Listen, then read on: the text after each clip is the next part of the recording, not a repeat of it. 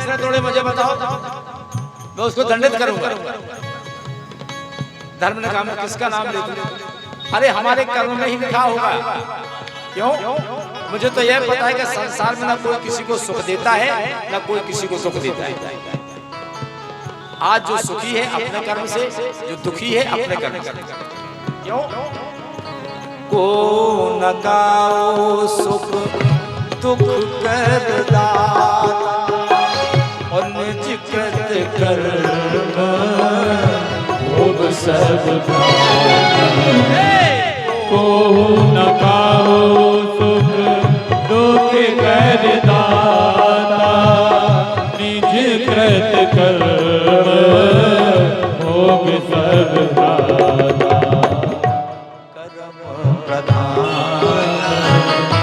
विश्व करदाता जो जस करई सो तस फल जाता। कर्म प्रधान विश्व कर राखा जो जस करई तो तस फल जाता। कर्म प्रधान विश्व कर राखा जो जस करई तो तस फल जाता। इस तरह जब धर्म के अवतार बैल ने कहा, परीक्षित ने मुड़कर देखा तो सामने कलयुग का रूप खड़ा हुआ है। तुम कौन हो?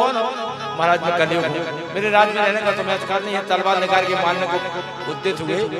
इतने में कलयुग उनके चरणों में आ गया और राजा परीक्षित के चरणों को स्पर्श कर लिया। इसीलिए राजा परीक्षित की मति भ्रष्ट हुई है। चरणों को स्पर्श कर लिया, तुम्हें हमारे राज्य में रहने का अधिकार नहीं है। बोले महाराज इसमें मर्यादा टूट रही है, मुझे निर्वाह करने के लिए कोई जगह दे दो। तो आज परीक्षित ने 4 स्थान दे दिए। हाँ, जुआ, मदरापान, परस्त्री गमन और हिंसा। जहाँ 4 चीजें होती वहां रहो। अब कलयुग ने सोचा कि राजा ना तो हिंसा करते हैं, ना जुआ खेलते हैं, ना मदरापान करते हैं, ना परस्त्री गमन करते हैं। अब हम कैसे निवास करें? बोले महाराज एक आध अच्छी सी चीज दे दो, ये तो ढंग की चीजें हैं नहीं।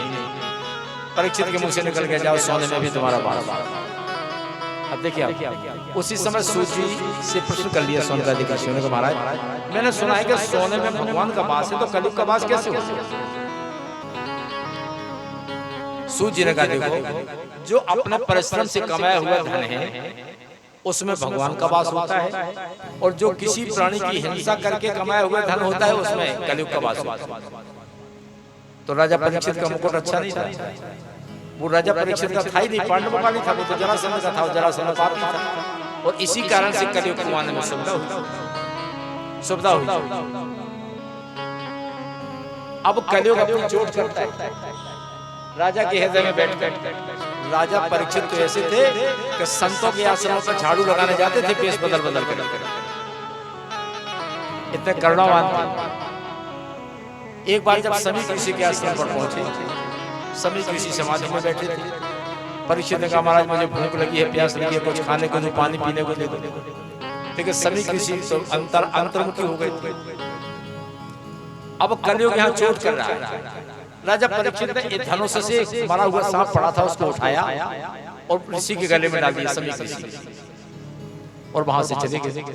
जब समीक ऋषि के पुत्र श्रृंगी ऋषि आए, श्रृंगी ऋषि ने देखा मेरे पिताजी के गले में मरा हुआ सर्प डला है। गौरमुख नाम के शिष्य से पूछो कौन आया था? बोले महाराज परीक्षित आए थे राजा, और वही आपके पिताजी से भोजन की जन की याचना कर रहे थे। जब इनसे कोई उत्तर नहीं मिला तो मरा हुआ नाग इनके गले में डाल के चले। श्रृंगी ऋषि को क्रोध आ गया। श्रृंगी ऋषि ने गंगा जल हाथ में लेकर राजा परीक्षित को साफ किया, तुझे भारत का सम्राट होने का जो गर्व है, 7वें दिन इसी नाग के पूर्वज, जो काला नाग तुमने हमारे पिताजी के गले में डाला है, इसी के पूर्वज तक्षक वह जीवित होंगे और तुम्हें 7वें दिन हम लोग पहुंचाएंगे। तुम्हें अपने आप पे घमंड है ना राजा होने। और जब इस तरह से कह दिया, जब समीक ऋषि की समाधि खुली, सामने देखा तो श्रृंगी ऋषि रो रहे थे। क्यों बेटा क्या बात है? बोले महाराज उस राजा परीक्षित ने ऐसी ऐसी गलती की हो, मैंने भी उसको ऐसा साफ दे दिया कि वो भी जीवन में दोबारा गलती नहीं करेगा। क्या कर दिया बेटा? अरे मैंने उसको 7 दिन में मरने का साथ दिया, उसकी भी अकाल मृत्यु हो। अरे बोले बेटा ये तो तुमने गलत किया, अपन ब्राह्मण है, संत है, अपने लिए तो करुणावान होना चाहिए, मित्रतावान होना चाहिए। तुमने क्या कर दिया है?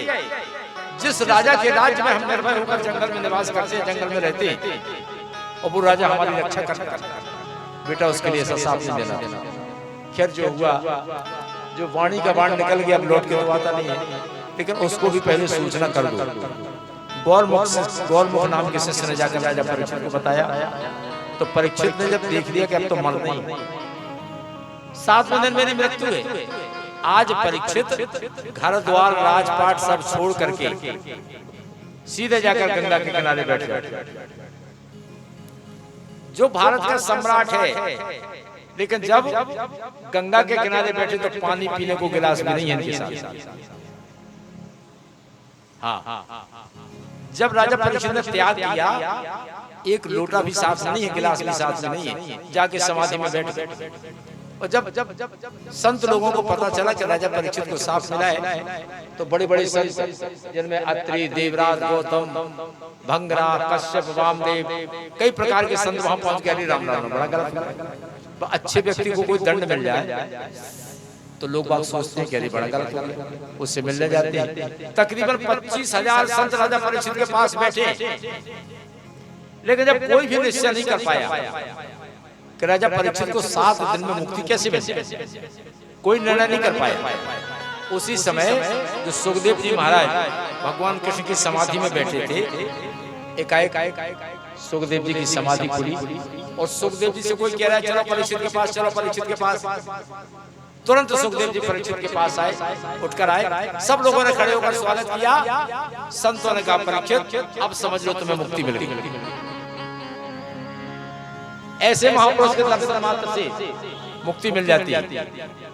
संतों ने सारा किया कि बड़ाई नहीं करना, ज्यादा नहीं तो जो उठ के चली जाएंगे। उसी समय सुखदेव जी आए, अतः प्रच्छामि संसिद्धं योगिनां परम गुरुं पुरुषस्य यत् कार्यं म्रियमाणस्य सर्वथा, पुरुषस्य यत् कार्यं म्रियमाणस्य सर्वथा। सुखदेव जी महाराज का पूजन किया। प्रेम से बोले सुखदेव जी महाराज की जय हो। आज सुखदेव जी का आगमन हो गया तो समझ लो कि परीक्षित को मोक्ष भी मिल गया।